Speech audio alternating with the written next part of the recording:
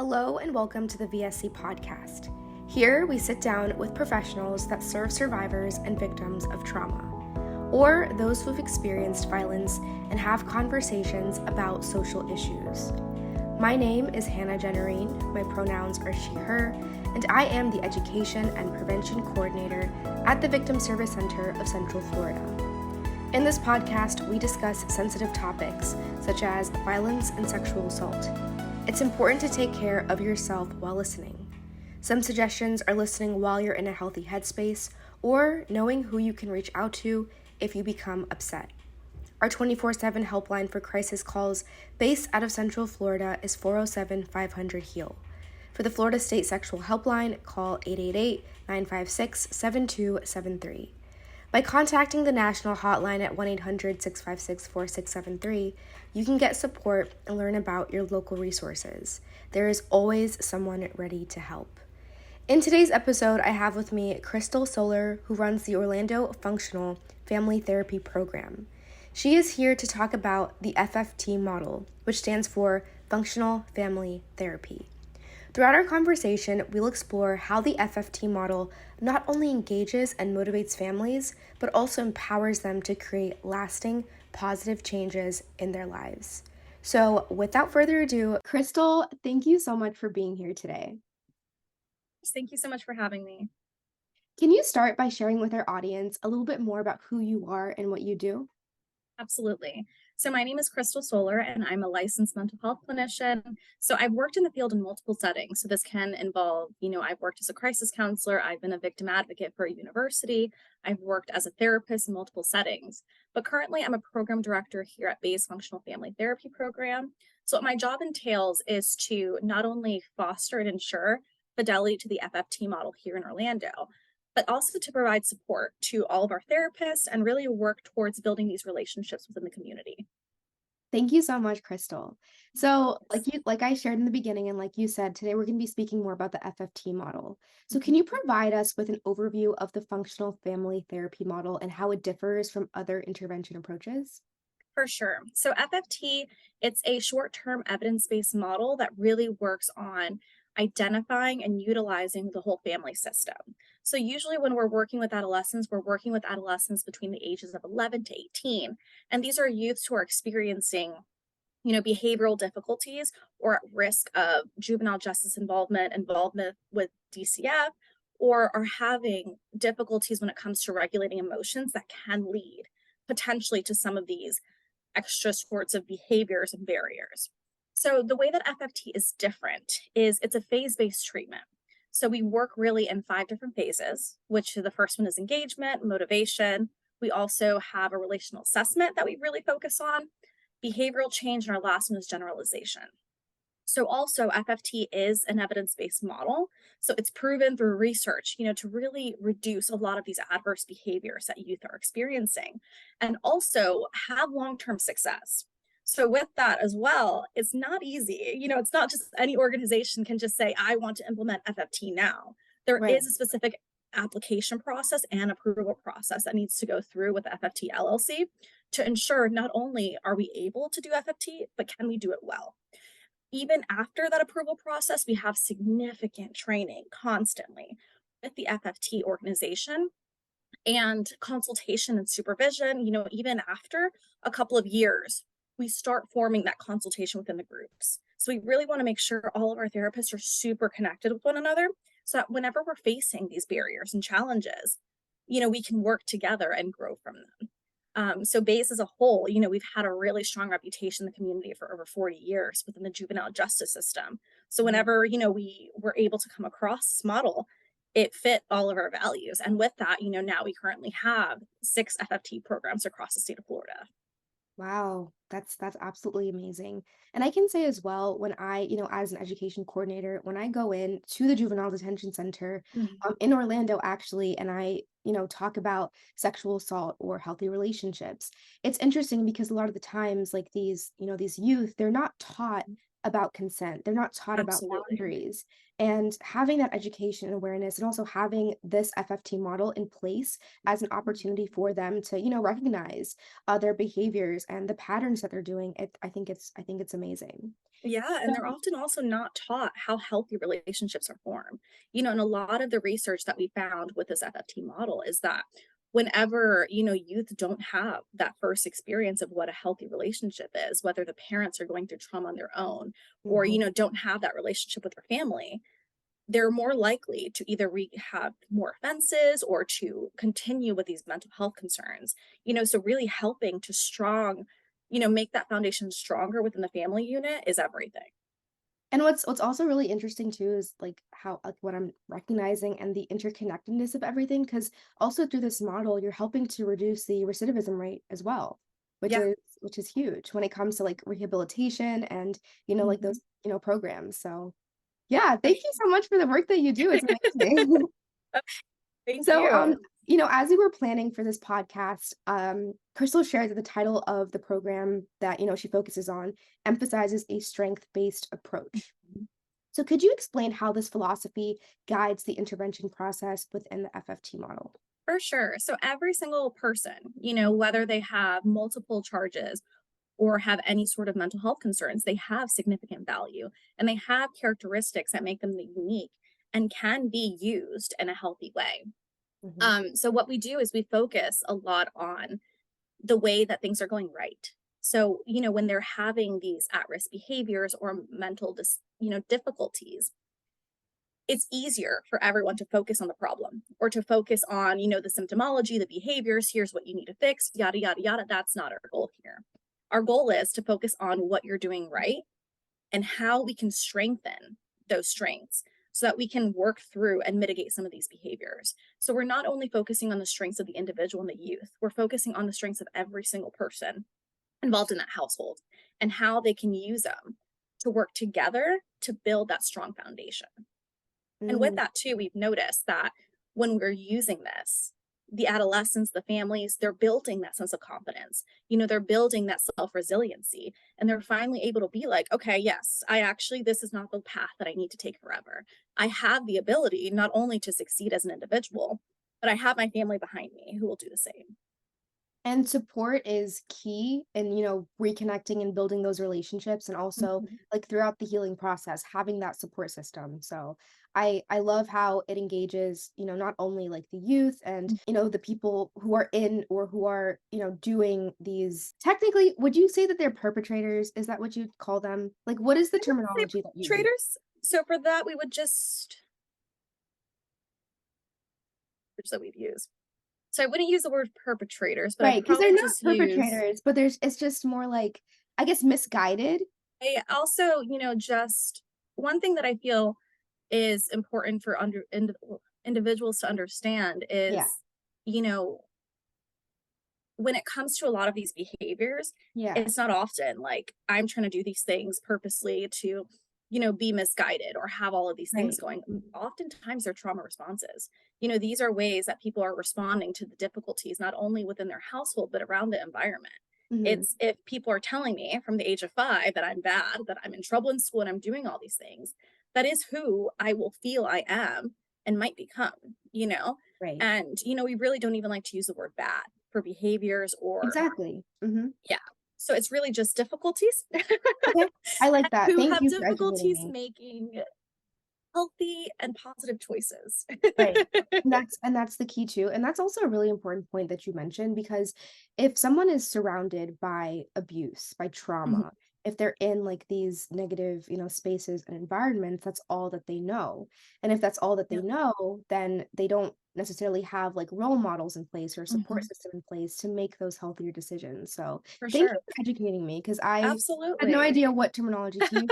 Thank you. Well, and also, it kind of goes with the fight or flight model. If I'm Yes. automatically in fear, okay, I'm going to react in two different ways. And sometimes it's I need to act. We've had cases where children are stealing and have multiple charges, and even throughout treatment are still getting these charges. And we're Right. trying to figure out what's going on. And then we find out they don't have food in their home.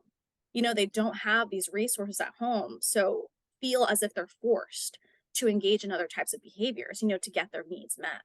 Right. It's so there that's a very important point as well because when you look at trauma, it's not just like, Mhm. okay, like this is what's happening, this is what they're doing, but also like looking deep on like the inside aspect, the Yeah, interpersonal level too, their relationship. So thank you for of sharing that, Crystal. course. So engaging families in the therapeutic process can be challenging. How does the FFT model specifically address this challenge to create a foundation for effective intervention? Yes. So, when I mentioned kind of the different phases that we have in treatment, the first one is actually engagement. So, for us, treatment starts the second we receive a referral. So we have specific timelines and deadlines that we have to reach out to these families and continue with that momentum. Because sometimes, when we get a referral, it's the families are like, yeah, yeah, maybe I'll do it. But if we wait too long in between, they might just be like, nope, I've changed my mind. I've thought about it too much. Absolutely not. And we Mhm. want to avoid that. So, all of our therapists are trained specifically on how to manage that, how to, help them understand our program and also to work through any barriers that even the family or the youth might give. If we don't hear from the family, for us, it's not a they don't want services, we're closing them out. Absolutely not. We'll collaborate with the referral source. We'll see what other numbers they have, any other avenues, maybe any tips of time frames that we can call them. Right. And we still don't stop there. We'll send a letter to the home just to say, like, hey, here's what we do. We really want to help you, please call us, if you have a chance, if you have an opportunity, just to hear us out. So, we don't just quit. We really do everything we can so that the families feel that support from the second that they, are in touch with our program. That's very important, and I'm glad you said that too. And another aspect within like healing and building that resiliency comes not only from like the therapist, so from the FFT model, but also it comes from like the clients that you serve as well. So motivation is a key factor in any successful intervention. When you recognize that, hey, this isn't working, I want to be better, I want to do better, I need help, but then it's also like sustaining that willingness to Yep. want to continue to move forward. So, how does the FFT model work to not only identify sources of motivation within the clients that you serve, but also sustain it throughout the treatment journey? Yeah. And I love that you mentioned that because just think of like human behavior. Is if I'm Hmm. not motivated to do something, I'm probably not going to do Exactly. it. Exactly. Especially with these families and youth who are experiencing so many difficulties. It's hard for them to even want to say, yes, I will sit for an hour once or twice a week with a therapist to talk about my family dysfunction when Hmm. I'm pending court cases, when I might be displaced from my home. That's Hmm. not an easy thing for us to do.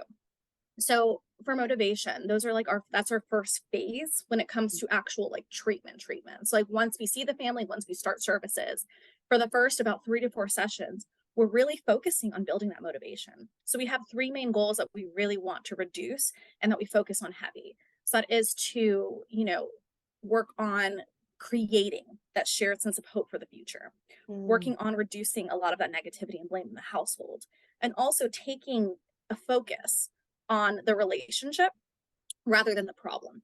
Right. So even if we've received them because of multiple charges or for a DCF report, that's not what we're focusing on. We're not focusing on why you're here, but how can we use that experience to help us come together to create better outcomes for the future? Hmm.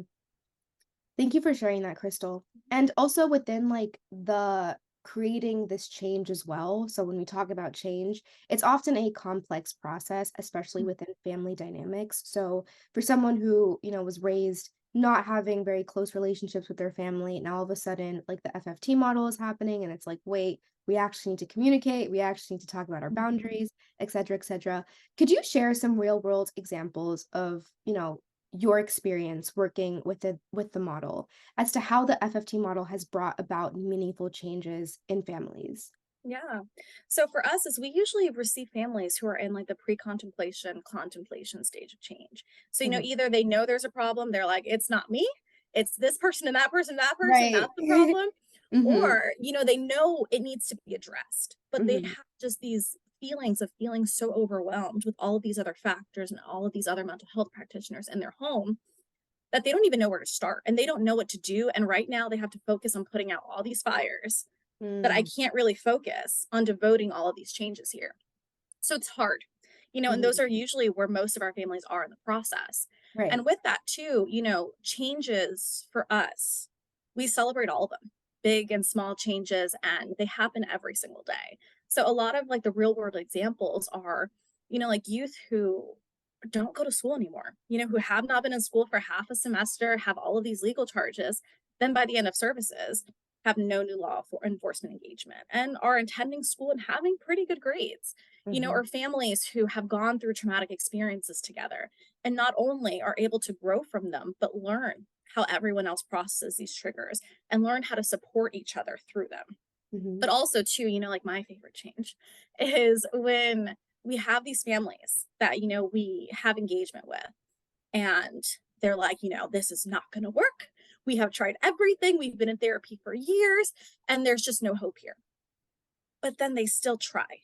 They still give us a chance. They show up every day in session. They put the work in and then Hmm. they see the success in it. Hmm. So for us, it's change is not one of these like miracle success story things. Like these are Yeah. changes that happen every single day that our therapists are privy to and have that ability to really support them through and celebrate. Thank you for sharing, Crystal. So, the FFT model is known for its adaptability to various cultural contexts. Could you elaborate on how cultural sensitivity and understanding play a role in the success of this approach? Because every family, every individual, every client, everyone has a different, culture. They have their own values and customs. So, how does the FFT model, I guess, have that cultural humility when working with clients? Yeah. And, even though I mentioned too that we are a structured approach, there's flexibility in that. Mhm. We don't do FFT the same way for every single person. We make sure that we are adapting it to meet their needs. One very, very important skill that we use is matching. So we Mhm. do say and act in ways that, not only connects with the families, but help them feel seen, and help us bridge that understanding. So I know, like, for example, we have one family that the family in general Mhm. are not very connected. They're always very busy doing things. Mhm. Yet dinner time, they all come together. Mm. So my therapist, came in mind of that. And then she was like, you know what? That's fine. So how about right after dinner I come over? You guys already are in a positive mood. Everyone's fed. How about that is when the time I come? And that made a whole world of a difference rather than their typical, session times. And they Mhm. had successful outcomes within treatment. And a lot of the cultural considerations too that we're facing is first generation families. So parents who are very, very ingrained and connected to their country of origin or their culture that they were raised in, and have Mhm. children who are being raised in American culture. That can sometimes be very different. And those differences in values lead to a lot of conflict.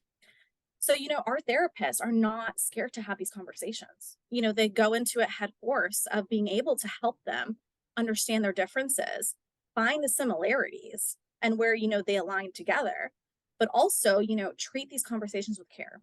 Mhm. With that, comes a lot of training, comes a Mhm. lot of consultation, support. If we have another FFT therapist with a similar background, let's have a conversation with them. Of course, their experience might be 100% different than the one in the household, but at least, we're getting more of that perspective and we're being humble enough to ask the family for more clarification, are willing to have these conversations so that when we are facilitating these conversations, not only are the youth and the parent able to really understand each other, but they're able to use that understanding to really positively shift the way that their relationship is. Right, and, something that I just kinda clicked with me is just meeting the families where they're at, because like you said, every family situation is different. There are people who are more connected to their country of origin. Maybe they have their own, customs within, like, the religion that they practice and their faith. So that is key. And especially like at the victim service center as well, when it comes to our like advocates and our therapists as well, developing that cultural humility, understanding that, Mhm. even like, for example, I am Guyanese. That is my culture. My parents were born in, Guyana, South America. But understanding that even though getting to know me, like, let's say I was a hypothetical client, like, even getting to know me and understanding, my background, what my, I guess, like, cultural communication styles are, etc., what that is, it's going to be completely different than someone else who's also of the same culture as me. Because once Exactly. again, their beliefs, their customs could be completely different from mine. So I think it's so important. And I'm so grateful that you also implement that in the FFT model. Absolutely. And, whenever we have a family who is, one of our therapists are starting cases, That's one of the most important questions is where do they come from? What are their cultures? What are their aspects? What are some of their traditions? How can Mhm. we integrate that into session so that, we're matching their needs and we're meeting them exactly where we need to be? And if we can't, we're going to have conversations about how we can get there. It's not like, oh, no, we have different backgrounds. I'm just not going to get it. Let's focus on this problem. Right. No, no, no, no, no. Like we are going to do whatever we can to find the solution.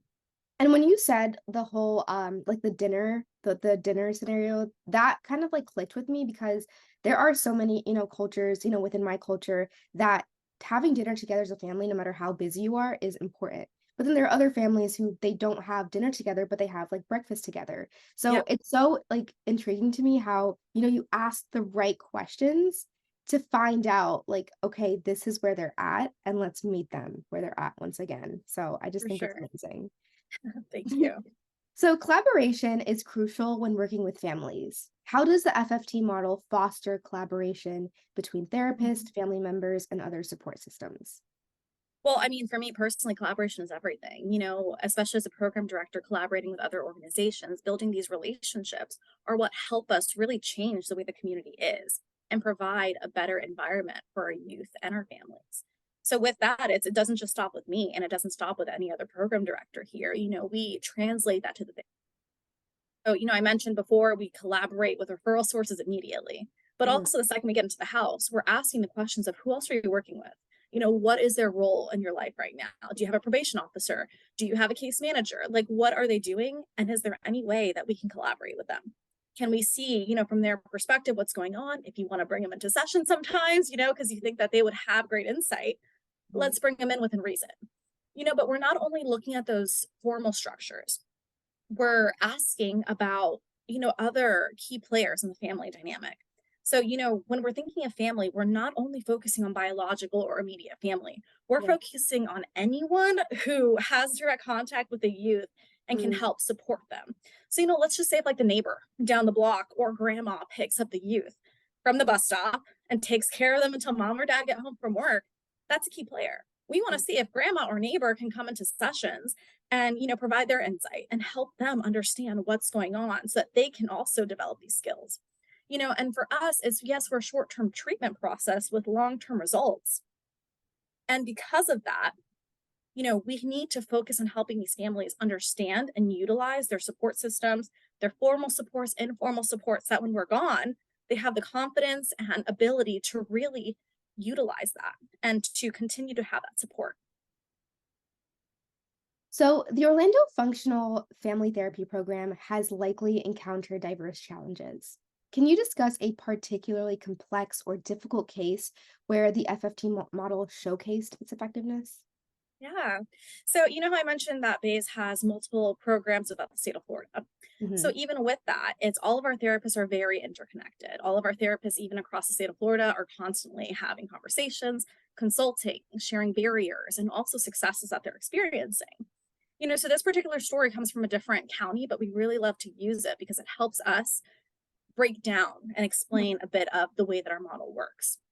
So this youth is, she was 15 at the time Hmm. and, she had 4 assault charges within 6 months prior to us working with them. Wow. The barriers. Hmm. Then we, call the family, get some more information, and we're finding out that there's 4 other siblings, but the oldest one is incarcerated.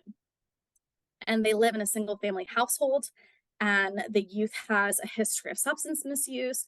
There's a lot going on, you Hmm. know? So obviously, we're trying to get in there as soon as possible. We're having barriers contacting mom, fully scheduling that first session, but the therapist didn't stop there. She kept on being insistent, kept on trying, eventually had their first session like 2 to 3 weeks later. So Hmm. those 2 to 3 weeks, she's still calling. She's still, Hmm. like, hey, I'm here. Please, talk to me. Hmm. So with those conversations, she's able to get more insight. Then even after that first session, this time between the first session and the second session was about a couple weeks, almost a month. Hmm. And even with that, we didn't want to close the case out because mom continuously was texting. So for us, we're like, that's positive change. I had a hard time getting mom on the phone in general. Now Hmm. she's texting me. She's not showing up though, but she's texting me. That's so big. And with that, she kept showing that, like, I'm still here for you. Like, I'm not trying to dip. I'm not trying to, stop services. I want to help you. Right. And mom was able to share, like, right now we're going through homelessness. Mm, With that, it's, of course, if you think of like the hierarchy of need, like if I don't have a stable place for myself and my children, I can't focus and want to schedule an hour therapy session once a week. right. Like that's Right. overwhelming. Mm-hmm. And, with that, mom already had a mistrust in the system, which often happens with a lot of our families when they're dealing with a lot of different factors. So even before the first, before the second session, she was able to have that relationship.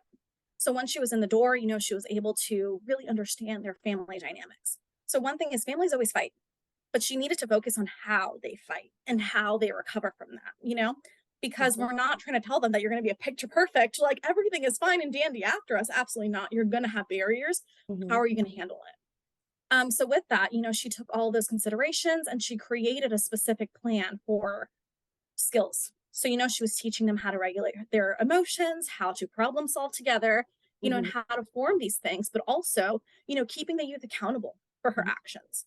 So, Mm-hmm. yes, there are a lot of struggles going on. And with that, like, I hear where you're coming from.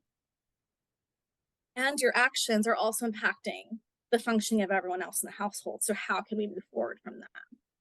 So, they were doing really well in session. And towards the end, when we reached our last phase, immediately the family went into crisis. For us, that's not like a, oh no, like, darn, this is not going to be successful, all the things. That was a learning opportunity, and for the therapist, she was unable to see them for 2 weeks after that. But she was still constantly talking to the mother. She was coaching her through the situation. She was helping to see how the mom handled the situation and, providing resources and doing all these things that even though she wasn't in the house for those 2 weeks, she was involved. She was Right. involved from afar. She was still making sure that she's there. And Right. the family was able to bounce back quickly. So whenever they came back in session, their relationship was just as strong as it was beforehand. And that was a huge change before of like whenever there was crisis, it was automatically like, I don't want this girl in my house anymore. I can't do this anymore. But here it was like, no, we handled it, and we worked through it. And that's what this whole model is about. Wow. I'm just like in awe right now. Like, wow, the way, like the persistency, the Mhm. consistency, like the checking in, understanding that, hey, like, even though they're not answering me, maybe it's because there's something else going on. For sure. Because it's really easy to blame, I guess you can say like the families and the clients and say, well, if they don't want it, then they don't want it.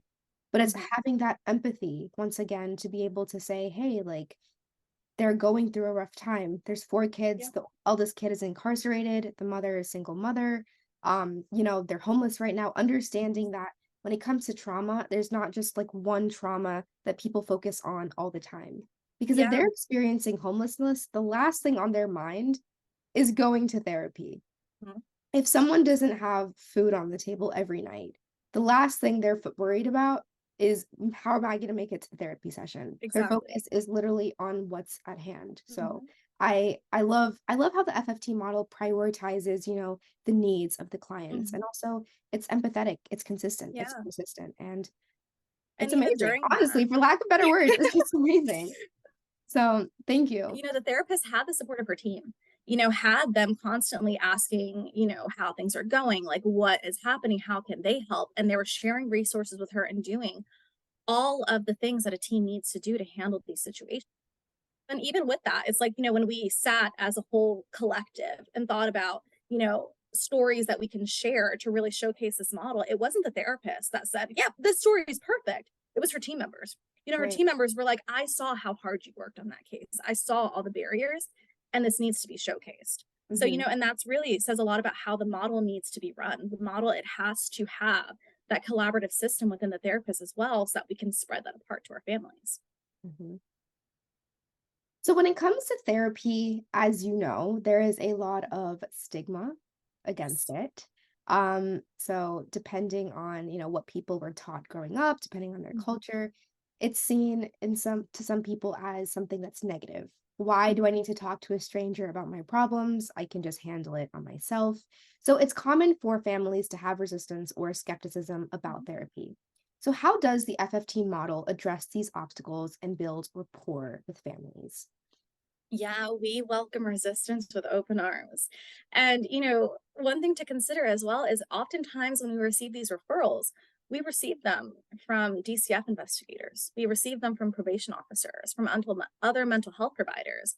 But I don't blame them for being skeptical to have somebody say, hey, can I come into your home once a week? Like, I don't want that. I don't want more things happening. And especially for the youth to just be like, well, they're just trying to fix me. They're trying to tell me what's wrong.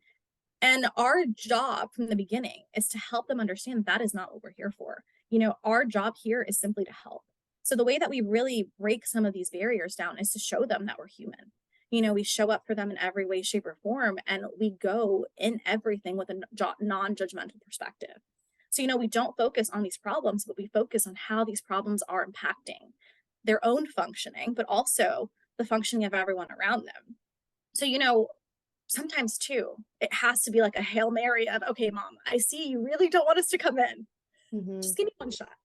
If you really hate this, if you hate me, if you think this is the worst thing ever after this one session, I won't come back again. And normally that calms down some of their barriers of like, okay, like she's really not just trying to come here and tell me that I'm being a bad parent. That's never our goal here. She's really trying to come in here to support us and to see how we can grow together. And I will tell you, once we get in there, we're focusing on understanding. We're focusing on meeting the family where they're at, using some of those skills that we talked about before of motivation, of, shifting that focus from the problem to the relationship. And really help break down whatever resistance is there, because the resistance might come from multiple avenues or a whole bunch of different areas. And we don't expect them to trust us right away. We really work towards helping us understand their feelings about us as a therapist too. Like we provide assessments at the first couple of sessions of how do you feel about me? Like, how do you feel that I am listening to you, that I understand you, that I even like you? Which is like not typically questions that people are used to answering for their therapist, but for us, it's important, and it's like, we're not telling them, I want you to give me a 7. Absolutely not. Like, I want you to be honest so that I can take this, I can reflect and see how I can come back better next time. And usually when we do that, we don't have many issues with parents wanting us to come back. Exactly. And it's that trust, it's that communication, those difficult conversations too, because asking those questions, sometimes people are just going to be blunt and honest. I'm like, I just don't. Oh, they are. They are. Yeah. So being able to not like internalize that, but once again, have that empathy and respond to them in a way that's, understanding and conducive and like validating their feelings, and also like moving forward in a way that best fits like what they need, how they need to, I guess, build that trust and say that, hey, like, I don't like you, but I'm willing to learn. And then hopefully over time, exactly, learn to like you. You know what I mean? If we see that maybe we have resistance with the youth and not mom. Mom is all gung-ho, or dad is like, yes, I need you to come back next week. But the youth is like, nah, I like you too. All right, so what do we have to do next week to match with the youth? What do we have to do to meet the youth where they're at? We have the buy-in of parents, but now let's see next session how we can tweak that to get it from you. Right. And it's hard work, and that's something that they're constantly evaluating and considering, but it's worth it in the end. That's why it's an evidence-based treatment. That's why we have the successes that we do have, is because we really take the time to understand every single aspect of it. So my final question for you today, Kristal, as professionals in the field, we're always learning and growing. What insights have you gained from your experiences with the FFT model that you believe could benefit therapists and interventionists worldwide? So I love this question because I feel like once I started understanding FFT and, really getting into the deep points of what it is, it's really changed my perspective a lot as a clinician in almost every single way. Yes, I'm a licensed mental health counselor. Yes, I'm a program director, but at the end of the day, I'm a person who also has frequent conversations with other people and has different relationships. And, tapping into a lot of these skills is essential for me to make sure that I'm fostering and providing as much care as I can to either my professional relationships, my familial relationships, friends, even the person I see in this, in Publix or something like that. Like, I need to make sure that I am treating all of these relationships with care. So the main takeaway that I would probably give would just be to be willing and open to collaborate in a strength-based perspective, to engage, change, and motivate. Like, yes, it sounds very cliche for what we talked about, But if we're breaking it down with different therapists, let's just say if the therapist is having difficulties with a client or with a certain, mental health disorder, and are really facing these barriers of providing these treatments. But they know the therapist down the hallway is really good at this. My solution is not only to refer all of those difficult cases to that therapist. I'm going to talk to that therapist, be willing to engage with them, understand what they're doing well, and understand, where I'm struggling and how we can support each other to build these bridges. And even sometimes those conversations lead to a lot of that motivation of, oh my goodness, we all have these different skill sets that we can use together. What other therapists can benefit? How else can we bring other people into this conversation and really form that change for everyone's treatment? That's one example of the millions that we can use for these aspects. But, at the end of the day, relationships are everywhere and we're constantly being involved in them. And it's not something that just we have to take advantage of. Like, relationships need to be treated and cared for. And humans need to have that openness and receptiveness to have these conversations.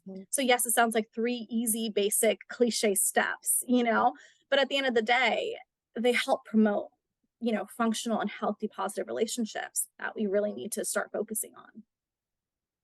Kristal, thank you so much for your knowledge, your expertise. Thank you so much for sharing more about the FFT model. You're doing amazing work. I appreciate everything that you're doing for the community. I mean, it's really helping, families, clients. It's really helping and it's transforming their life. It's putting them on a journey towards healing and resilience. And I know it'll help them make better, healthier decisions and choices in their futures. And thank you again for even doing this podcast with me. I really appreciate you. Absolutely. And thank you. I really have looked into a lot of the work that you all do, and it's admirable. So the fact that you're even willing to have these conversations, means a lot. And the fact that, you're able to share this conversation with other mental health providers is part of what we're talking about, of building that collaboration and engagement across the community. So I appreciate you. The VSC is a nonprofit organization that provides free, confidential counseling services for victims of any kind of trauma in Central Florida. The views and opinions expressed by podcast participants are their own and do not necessarily reflect the views or opinions of the Victim Service Center of Central Florida. This podcast content is made available for informational and educational purposes, and the VSC does not make any representation or warranties with respect to the accuracy or completeness of the content.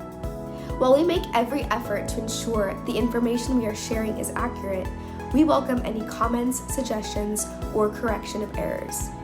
To learn more about our services, please visit victimservicecenter.org.